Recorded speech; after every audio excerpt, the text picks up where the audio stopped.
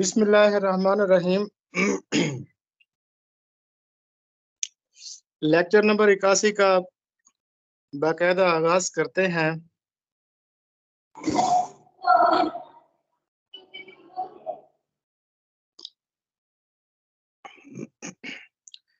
پہلی معروضی ہے، اردو دراوڑی زبان سے نکلی ہے، یہ کہنا کس مہر لسانیات کا ہے؟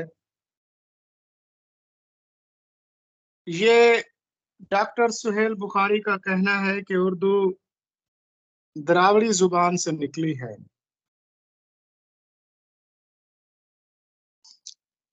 ڈاکٹر سہیل بخاری کا اصل نام سید محمود نقوی تھا۔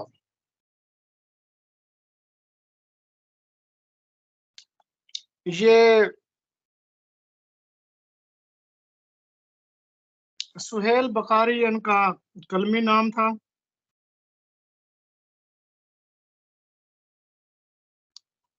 پی ایف کالج سرگودا میں یہ اردو کے استاد تھے۔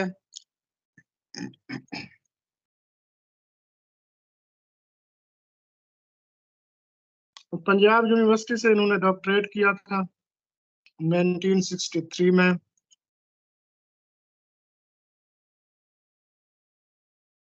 لسانیات پر ان کا بڑا کام ہے۔ اردو کا روپ، غالب کے ساتھ رنگ، اردو زبان کا صوتی نظام اور تقابلی مطالعہ، اردو کی کہانی، یہ ان کی لسانی تصانیف ہیں۔ باغ و بہار اور سب رس پر بھی ان کا کام ہے۔ اقبال اور غالب پر بھی ان کا کام ہے۔ ڈاکٹر سہیل بخاری 1914 کو پیدا ہوئے تھے اور 1990 میں ان کا انتقال ہوا تھا۔ یہ کہتے ہیں کہ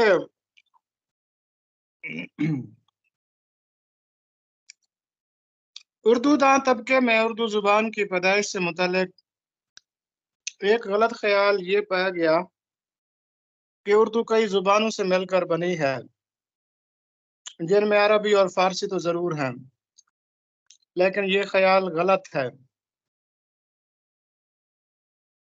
دوسرا یہ خیال بھی غلط ہے کہ اردو کا اصلی وطن دلی ہے۔ یعنی ڈاکٹر سہیل بخاری وہ مہر لسانیات ہیں جنہوں نے پہلے دلی میں نظریے کو مسترد کیا تھا۔ ان کا کہنا یہ تھا کہ ہندوستان میں آج سے 5000 سال پہلے آرینز آئے تھے۔ وہ آرینز ڈائریکٹ ہندوستان نہیں آئے تھے، بلکہ پہلے وہ ایران گئے تھے، اور ایران کے بعد پھر وہ ہندوستان آئے تھے۔ گنگا اور جمنا کے درمیان آ کر آباد ہوئے تھے۔ تو شوکت سبزواری صاحب کا کہنا ہے کہ جو پہلے آرینز ایران آئے تھے، وہاں سے وہ فارسی زدہ زبان لے کر ہندوستان داخل ہوئے۔ ہندوستان میں اس وقت دراوڑ قبائل آباد تھا آرینز کے دور میں، اور ہندوستان میں اس وقت جو زبانیں بولی جاتی تھیں اس کو دراوڑی زبان کہا جاتا تھا۔ تو ان کا کہنا یہ ہے کہ ہندوستان کی جتنی بھی جدید زبانیں ہیں باشمول اردو، وہ انہی دراوڑی زبانوں سے مل کر بنی ہیں۔ تو یہ ان کا نظریہ تھا کہ اردو دراوڑی زبان ہے۔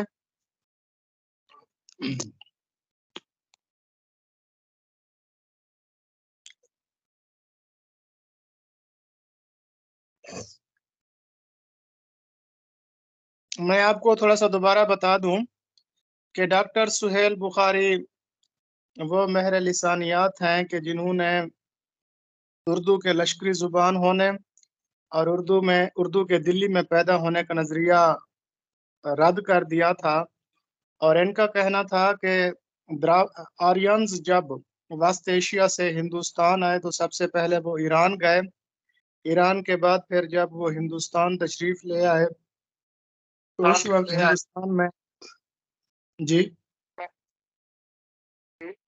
آواز آ رہی ہے میری میڈم؟ جی جی سر، یہ بعض اوقات آواز کسی کا بالکل مائک اوپن ہو جاتا ہے۔ جی اس کے بعد پھر انہوں نے کہا تھا کہ اس وقت دراوڑی زبانیں تھیں، دراوڑ آباد تھے، اور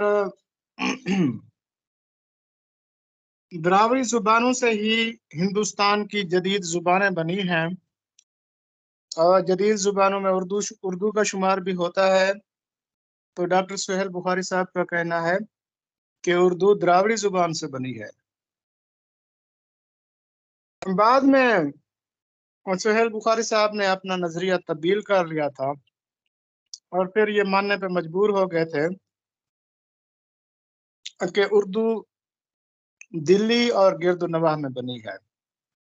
سب سے پہلے پیش کیا گیا اور جو سب سے پہلا جاندار نظریہ تھا، حالانکہ اس سے پہلے بھی مختلف تذکرہ نگاروں نے اور مختلف لوگوں نے آراء پیش کی تھیں، ڈاکٹر گل کرسٹ ہو گئے، اس کے بعد میر امن دہلوی ہو گئے، اور اسی طرح انشاءاللہ کا انشاء ان سے پہلے بہت سے لوگوں نے اردو کے متعلق پیدائش کے متعلق اپنا نظریہ پیش کیا تھا۔ اسی طرح مولانا محمد حسین آزاد ہو گئے۔ تو پہلا جو جاندار نظریہ تھا وہ نصیر الدین ہاشمی کا تھا۔ انہوں نے 1923 میں کتاب لکھی تھی دکن میں اردو، وہ انہوں نے اپنا نظریہ پیش کیا تھا۔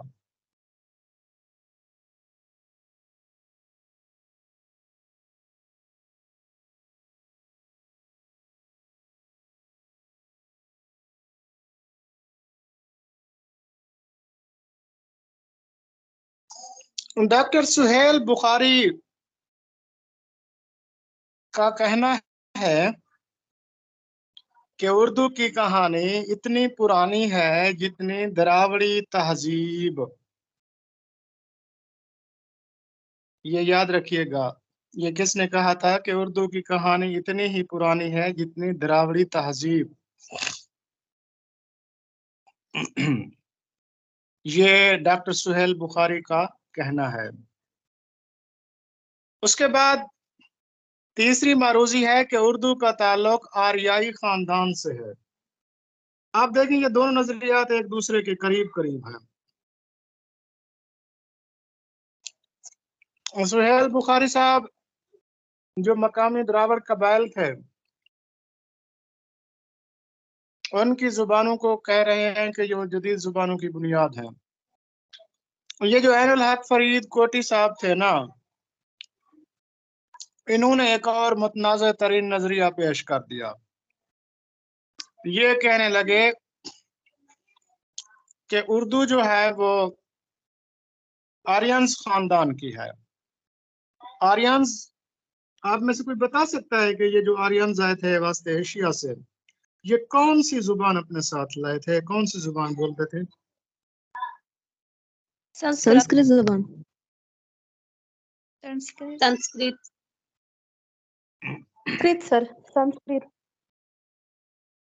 جی بالکل، یہ سنسکرت زبان بولتے تھے، ٹھیک ہے۔ لیکن عین الحق فریدی صاحب کا کہنا ہے کہ سندھ کے اندر جو ہڑپا اور موہنجو داڑو رہتے تھے وہ جو زبان بولتے تھے اسی زبان سے پھر اردو کا ڈھانچہ بنا، اور یہ بات انہوں نے اردو زبان کی قدیم تاریخ میں کہی ہے۔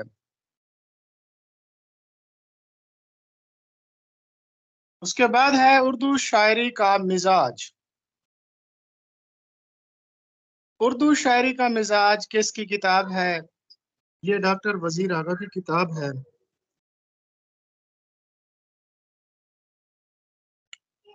یہ ایک تحقیقی اور تنقیدی کتاب ہے. اس کتاب کے 2 حصے ہیں. پہلے حصے کا عنوان ہے اردو شاعری کا پس منظر، اور اس کے بعد ہے اردو شاعری کا مزاج. اردو شاعری کے مزاج میں پھر نظم، گیت اور غزل پر ڈاکٹر وزیر آغا صاحب نے بحث کی ہے. تو ہم نے ابھی تک 5 معروضیاں پڑھی ہیں. اردو دراوڑی سے بنی، سہیل بخاری. اردو پر وہ ڈاکٹر سہیل بخاری کی تصنیف ہے. اردو کا تعلق قدیم آریائی خاندان سے ہے، عین الحق فرید کوٹی. اردو زبان کی قدیم تاریخ عین الحق فرید کوٹی کی کتاب ہے. اردو شاعری کا مزاج ڈاکٹر وزیر آغا کی کتاب ہے. بیٹا ماما کو. اس کے بعد معروضی ہے گلزار عشق. یہ مثنوی ہے گلزار عشق. اس کا دیباچہ لکھا ہے، بلکہ یہ مثنوی ہے ہی محمد باقر آگاہ کی، اور اس کا دیباچہ بھی انہوں نے خود لکھا ہے. اچھا، اسی سے ایک ملتی جلتی مثنوی ہے گلزار نسیم. وہ کس نے لکھی ہے؟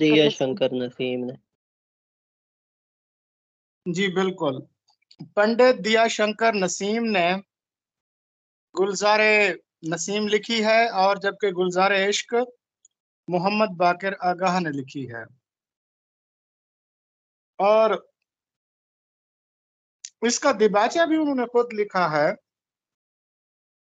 اور گلزار عشق کے دیباچے میں وہ مرزا محمد رفیع سودا کی بہت زیادہ تعریف کرتے دکھائی دیتے ہیں.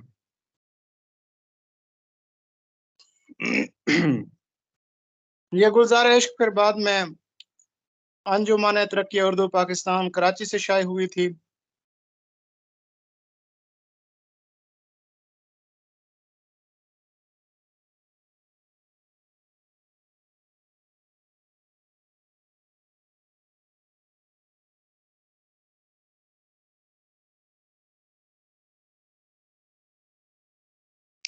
اس کے بعد بات کرتے ہیں، ایک تذکرہ ہے طبقات الشعراء.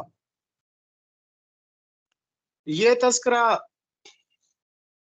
قدرت اللہ شوق نے مرتب کیا ہے، اور اس کا مقدمہ نثار احمد فاروقی صاحب نے لکھا ہے. بڑا شاندار مقدمہ ہے،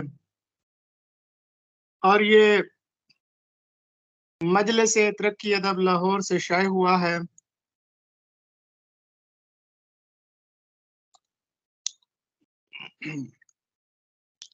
امتیاز علی تاج صاحب جب مجلس ترقی ادب لاہور کے ناظم تھے تو اس وقت انہوں نے اس تذکرے کو شائع کرنے کا حکم دیا تھا. طبقات الشعراء جو تذکرہ ہے، اس میں مختلف شعراء کو 4 طبقات میں تقسیم کیا گیا ہے. پہلا ہے طبقہ اول، جس میں امیر خسرو، ولی دکنی، میر جعفر، مرزا عبد القادر بیدل، فضلی، سراج، ان کا ذکر کیا گیا تھا. اور اس کے بعد پھر اس کا جو دوسرا طبقہ تھا، طبقہ دوم. ہم اس کو دوم پڑھتے ہیں جبکہ دوم ہے لفظ. طبقہ دوم میں اہام گو شعراء کا ذکر کیا گیا تھا. اہام گو شاعر تھا مکھن پاک باز. مکھن پاک باز، اس کا پورا نام کسی کو معلوم ہے؟ میر سجاد. نہیں، یا رسالن گنا.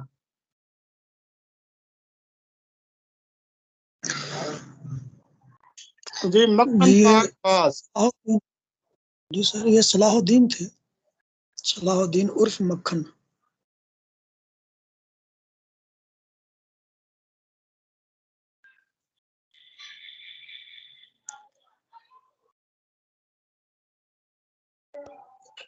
جی صلاح الدین عرف مکھن پاک باز. اچھا، تو طبقہ سوام میں شعراء متاخرین کا ذکر تھا. طبقہ اول میں ریختہ گو تھے زیادہ تر، اور طبقہ دوم میں ایہام گو تھے. طبقہ سوم میں متاخرین تھے.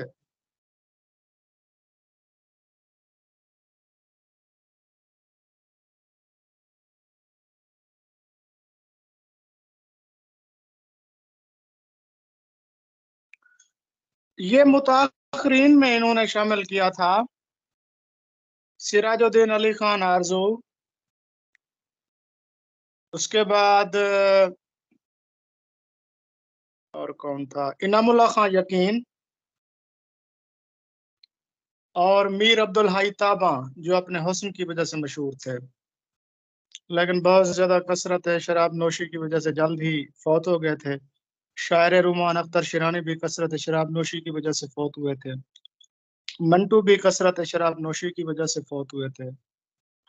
تو جو تیسرا طبقہ تھا وہ شعراء متاخرین تھے، جن میں آرزو، اس کے بعد یقین اور تاباں یہ شامل تھے.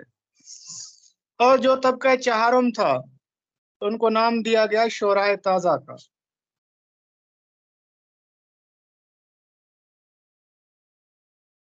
تو شعراء تازہ میں یہ سارے کلاسیکل تھے. میر جعفر علی حسرت، اور اس کے ساتھ اور کون تھے، شیخ بقاء اللہ بقا، جن کے میر سے چشمک رہتی تھی. جعفر علی حسرت تھے. اس کے بعد میر حیدر علی حیران بھی شعراء تازہ میں شمار کیے گئے. اس کے بعد سوال ہے کہ مثنوی، بلکہ نہیں، نکات الشعراء میر تقی میر کا تذکرہ اس پر ڈسکشن ہو چکی ہے. اردو کا پہلا تذکرہ ہے نکات الشعراء میر تقی میر کا. مثنوی میرات الحشر، یہ بھٹی والوں نے غلط لکھا ہے. بھٹی والوں کی غلطیاں بھی انسان کو، یہ مثنوی میرات الحشر فراقی کی نہیں ہے، محمد صادق فراقی تھے، یہ ان کی نہیں ہے. یہ ہے محمد سخاوت مرزا کی کتاب میں غلط ہے شاید. اس کے بعد ہے ہائیکو میں 3 مصرے ہوتے ہیں اور 17 ارکان یا 17 سیلیبل ہوتے ہیں. ہائیکو کا پہلا مجموعہ ڈاکٹر محمد امین نے، جو کہ ملتان سے تعلق رکھتے تھے اور جاپان رہے تھے، انہوں نے اردو میں ہائیکو کا پہلا مجموعہ ہائیکو کے نام سے ہی مرتب کیا تھا. تو آپ میں سے کوئی ممبر مجھے ہائیکو کی مثال سنائے، جو میں نے کئی بار سنائی بھی ہے.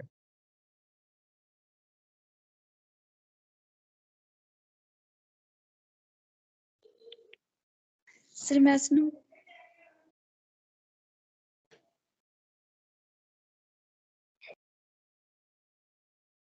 بالکل جی، سنائیں.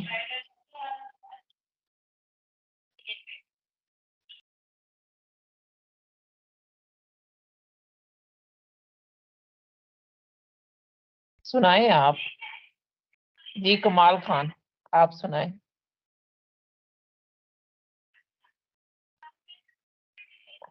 مائک کو ٹچ کریں گے تب آواز آئے گی.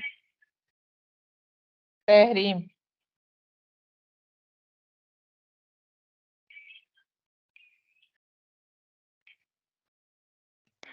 میں وہ نہیں سنا رہی تھی، میں نے سر سے ایک سوال کرنا تھا اس لیے ہاتھ کھڑا کیا تھا.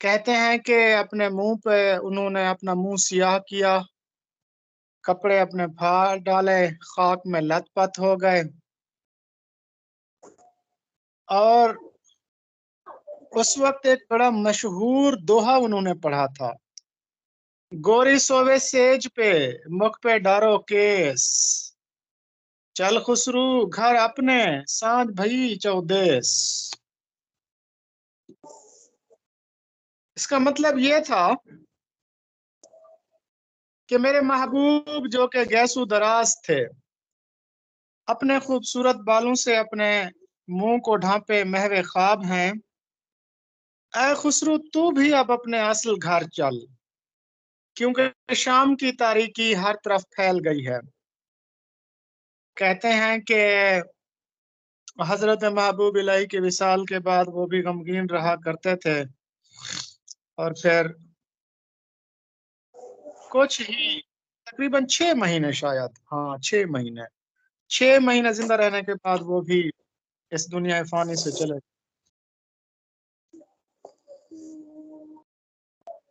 اس کے بعد معروضی ہے، نصاب الصبیان فارسی لغت ہے جس کے مصنف ہیں ابو نصر فراہی۔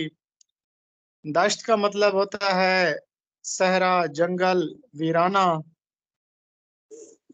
مومن خان مومن کا ایک شعر ہے، کیا گل کھلے گا دیکھیے، ہے فصل گل تو دور، اور سوئے دشت بھاگتے ہیں کچھ بھی سے ہم۔ فصل گل، پھول کھلنے کا موسم، اس موسم میں عشاق کا جنون بڑھ جاتا ہے۔ افتاد طبع کا مطلب ہوتا ہے فطرت یا جبلت۔ میر کا ایک خوبصورت شعر ہے، چلتے ہو تو چمن کو چلیے، کہتے ہیں کہ بہاراں ہے، پات ہرے ہیں پھول کھلے ہیں، کم کم بادو باراں ہے۔ شعریات کا مطلب ہوتا ہے تنقید کا علم، اور بڑی مشہور کتاب ہے مغربی و مشرقی شعریات۔ اس کے مصنف کوئی بتا سکتا ہے؟ گوپی چند نارنگ۔ گوپی چاند۔ شمس رحمان وہ تو ان کی کی ساختیات، پس ساختیات اور مشرقی شعریات تھی۔ یہ ہے مغربی اور مشرقی شعریات۔ یہ خدا کا شعب پٹنہ سے شائع ہوئی تھی۔ بڑی زبردست کتاب ہے یہ، وہاب اشرفی کی لکھی ہوئی ہے، وہاب اشرفی کی۔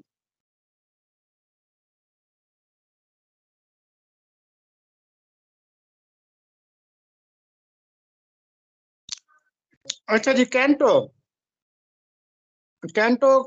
کے لغوی معنی ہے خوبصورت گانا۔ یہ ایک صنف سخن ہے،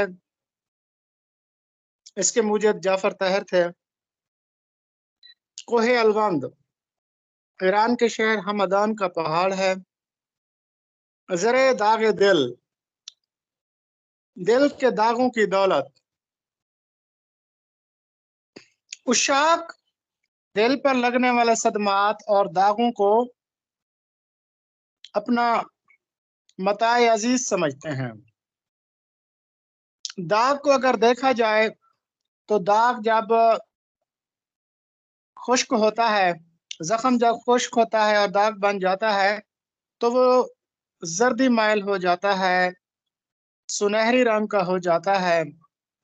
اس لیے شعراء کرام دل پہ لگنے والے زخموں کو، داغوں کو، صدمات کو زر داغ دل سے تشبیہ دیتے ہیں۔ شعر میں بے ساختگی کو آمد کہا جاتا ہے، تکلف سے بات پیدا کرنے کو آورد کہا جاتا ہے، اور جب دو شعراء کرام کے ذہن میں ایک ہی خیال آئے تو اس کو توارد کہا جاتا ہے۔ کتاب میں اشعار کی تعداد کتنا ہوتی ہے؟ کتاب میں کم سے کم 2 ہوتی ہے، اور زیادہ سے زیادہ پر پابندی نہیں ہے۔ میر تقی میر کا ایک مشہور کتا ہے جو کہ ایک غزل کا بھی حصہ ہے، ان کی بڑی مشہور غزل کا حصہ ہے۔ وہ کتا اکثر پوچھا جاتا ہے ٹیسٹ میں۔ وہ کون سا تھا؟ ہاں ہاں بالکل. کل پاؤں ایک کاسا سر پر جو آ گیا، کل پاؤں ایک کاسا سر پر جو آ گیا، یکسر وہ استخوان شکستوں سے چور تھا. یکسر وہ استخوان ہوگا لفظ، استخوان. اچھا، کل پاؤں ایک کاسا سر پر جو آ گیا، یکسر وہ استخوان شکستوں سے چور تھا. وزن تو اسی طرح بنتا ہے، حالانکہ درست لفظ ہے استخوان. تو یہاں پر وزن میں پھر اس کو استخوان آنا چاہیے. کل پاؤں ایک کاسا سر پر جو آ گیا، یکسر وہ استخوان شکستوں سے چور تھا. کہنے لگا کہ دیکھ کے چل راہ بے خبر، میں بھی کسو کا سر پر غرور تھا. کل پاؤں ایک کاسا سر پر جو آ گیا، یکسر وہ استخوان شکستوں سے چور تھا. کہنے لگا کہ دیکھ کے چل راہ بے خبر، میں بھی کبھو کسو کا سر پر غرور تھا. اس کے بعد ہے دبیر الملک. یہ اسد اللہ خان کا لقب نہیں ہے، اسد اللہ خان کا خطاب تھا دبیر الملک. دبیر کا مطلب ہوتا ہے محرر، لکھنے والا، تحریر کرنے والا. چونکہ ان کو مغلیہ خاندان کی تاریخ لکھنے پر مقرر کیا گیا تھا، اس لیے دبیر الملک کا خطاب دیا گیا. بابا صحافت مولانا ظفر علی خان کو کہا جاتا ہے. ایک دن شاندار کھانا اور دوسرے دن فاقہ. تاریخ لکھنے کے دوران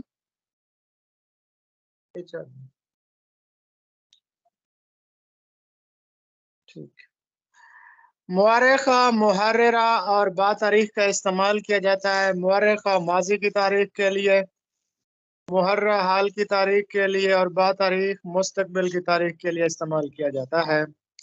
با تاریخ حال اور مستقبل دونوں کے لیے استعمال کیا جاتا ہے. ایجوکیشن، تعلیم بالغاں، اینڈراگوگی جسے کہتے ہیں. ایڈالٹ ایجوکیشن کا آغاز ذوالفقار علی بھٹو کے دور میں ہوا تھا 1970 میں. بلوم ٹیکسانومی کے 6 لیول ہیں. بلوم ٹیکسانومی کا پہلا لیول میموری ہے اور آخری لیول ایویلویشن ہے. یونیورسٹی میں ایڈوانس اسٹڈیز کا شعبہ 1959 میں قائم کیا گیا. اس کے بعد نیکسٹ معروضی ہے گلشن بے خار. کس کا تذکرہ ہے؟ نواب مصطفیٰ خان شیفتہ کا تذکرہ ہے. سرگوشیاں سلیم آغا کوزل باش کے انشائیوں کا مجموعہ ہے جو 1980 میں لکھے گئے تھے. اور انشائیے میں جو سب سے بڑا نام ہے مشتاق قمر. انہوں نے اس کا دیباچہ لکھا تھا حرف اول کے نام سے. اس کے بعد اردو کی ادبی تاریخ عبد القادر سروری کی تصنیف ہے. ڈرائیڈن کا کہنا ہے کہ جس عہد میں اچھی تنقید نگاری نہیں ہوتی، اس عہد کے باطن سے کبھی اچھی تخلیق نہیں ہوتی. کسی مضمون یا کتاب کا جو پہلا مسودہ ہوتا ہے، جو ابھی تک غیر طبع ہوتا ہے، اس کو تسوید کہا جاتا ہے. اس مسودہ لکھنے کا عمل تسوید کہا. فرہنگ جامع سید علی رضا نقوی کا مرتب کردہ فرہنگ ہے. عبداللہ حسین جو کہ مشہور ناول اداس نسلیں کے مصنف ہیں، 4 جولائی 2015 کو فوت ہوئے تھے. خالق باری امیر خسرو کا منظوم لغت ہے. جنت سیگار ملک خوشنود کی مثنوی ہے. اردو شاعری میں وہ کون سے شاعر ہیں کہ جن کے کلام میں عشق حقیقی کی زیادہ جھلکیاں ہیں؟ خواجہ میر درد ہیں. دبستان دلی اور دبستان لکھنؤ دونوں کا رنگ ہے. غلام حمدانی مصفی کے کلام میں. منفعت، یہ درست تلفظ ہے منفعت یعنی نفع. منفعت کا متضاد ہے مضرت یعنی نقصان دہ. طلسم خیال کے معنی ہے خیال کی جادوگری، اور یہ کرشن چندر کا پہلا افسانوی مجموعہ ہے. اس میں ٹوٹل 12 افسانے تھے اور یہ سید فیاض محمود نے لکھا تھا. اب ہم نے تیاری اس طرح کرنی ہے کہ جو بھی افسانوی مجموعہ ہے یا ناول ہے، اس کا سنِ اشاعت بھی دیکھنا ہے، اس کے اندر افسانوں کی تعداد بھی دیکھنی ہے، اس کا دیباچہ بھی دیکھنا ہے، اس کا مشہور افسانہ بھی، کیونکہ پیپر کا پیٹرن اب تبدیل ہو گیا ہے. پہلے وہ انتہائی بیسک چیز پوچھ لیتے تھے، جیسے طلسم خیال کس کا پہلا افسانوی مجموعہ ہے، اب وہ پوچھ سکتے ہیں کہ اس کا دیباچہ کس نے لکھا، یا اس میں کل کتنے افسانے ہیں۔ اس کا دیباچہ سید فیاض محمود نے لکھا ہے اور اس میں 12 افسانے ہیں۔ اور مصور کی محبت جہلم میں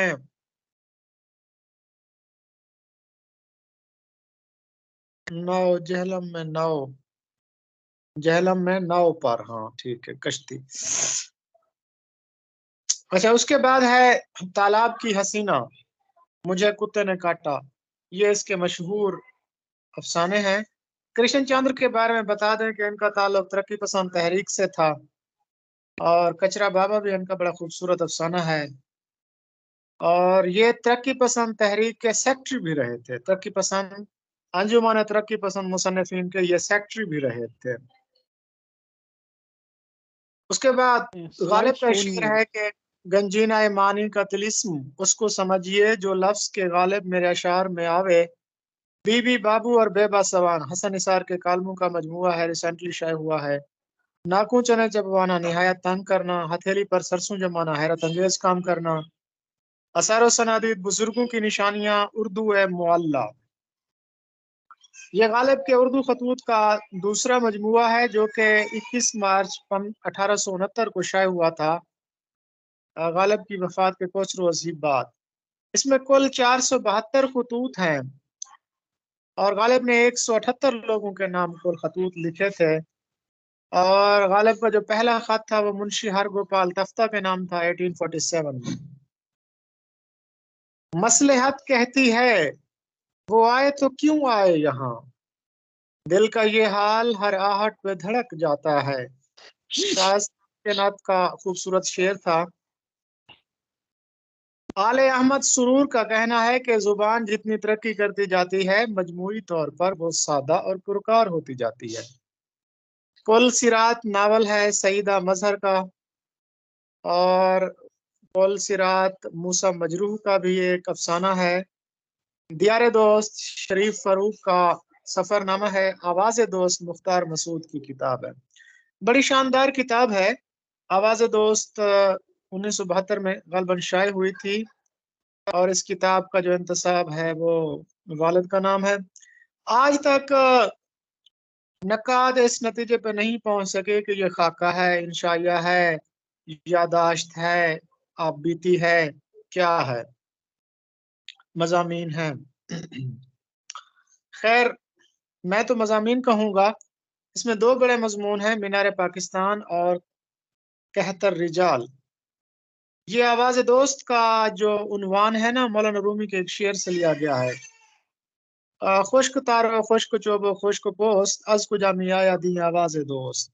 کچھ کہتے ہیں کہ خشک مغز و خشک تارو خشک پوست بھی ہے، لیکن جب میں نے ماسٹرز میں یاد کیا تھا تو خشک تارو خشک چوبو خشک پوست پڑھا تھا۔ اس کے بعد ہے شاعری کا نائٹ برڈ کیفی اعظمی کو کہا جاتا ہے۔ جعفری کی نظم بھی ہے اور مجموعہ بھی ہے۔ اسی طرح لہو پکارتا ہے، یہ ایک چھوٹا سا مضمون ہے جو حافظ اقبال نے بھی لکھا ہے۔ غالب کون؟ سلیم احمد کی تصنیف ہے۔ خواجہ حسن نظامی کے مضامین سپارہ دل کی بنیادی خاصیت، ہر مضمون میں تصوف ہے، اردو کی آخری کتاب ابن انشا نے لکھی ہے۔ بجنگ آمد با سلامت روی بزم آرائیاں، کرنل محمد خان کی تصانیف ہیں۔ ارغوانی کا مطلب ہوتا ہے سرخ رنگ کا۔ آب آمد تیمم برخاست، آب آتش رنگ خون کے آنسو یا سرخ شراب کو کہا جاتا ہے۔ آب ہونا شرمندہ ہونا، رموز اوقاف میں سکتہ کو وقف خفیف کہا جاتا ہے۔ ماخذ کی جمع ماخذ ہوتا ہے۔ ناصحہ خدایا، یہ حرف ندا ہے۔ خوشہ کا مطلب ہوتا ہے بہت اچھا۔ اقدام اٹھانا کا درست لفظ ہے اقدام کرنا، اقدام اٹھانا غلط ہوتا ہے، قدم اٹھانا، اقدام کرنا۔ اسی طرح برا منانا نہیں ہوتا بلکہ برا ماننا ہوتا ہے۔ کبری نامہ اکبر نذیر اکبر آبادی کی نظم ہے۔ ادب اور زندگی یہ ایک مقالہ ہے اختر حسین رائے پوری کا 1935 میں لکھا ہوا۔ حسن کوزہ گر یہ برہا ہو چکی ہے، اس کے 4 حصے ہیں۔ نظم خواب لے لو خواب لے لو، یہ سلیبس میں بھی شامل تھی ہمارے گریجویشن کے سلیبس میں، اور یہ ان کا جو مجموعہ ہے اندھا کباڑی ان میں شامل ہے۔ لے سانس بھی آہستہ کہ نازک ہے بہت کام، آفاق کی اس کارگاہ شیشہ گری کا، میر تقی میر کا ایک خوبصورت شعر ہے۔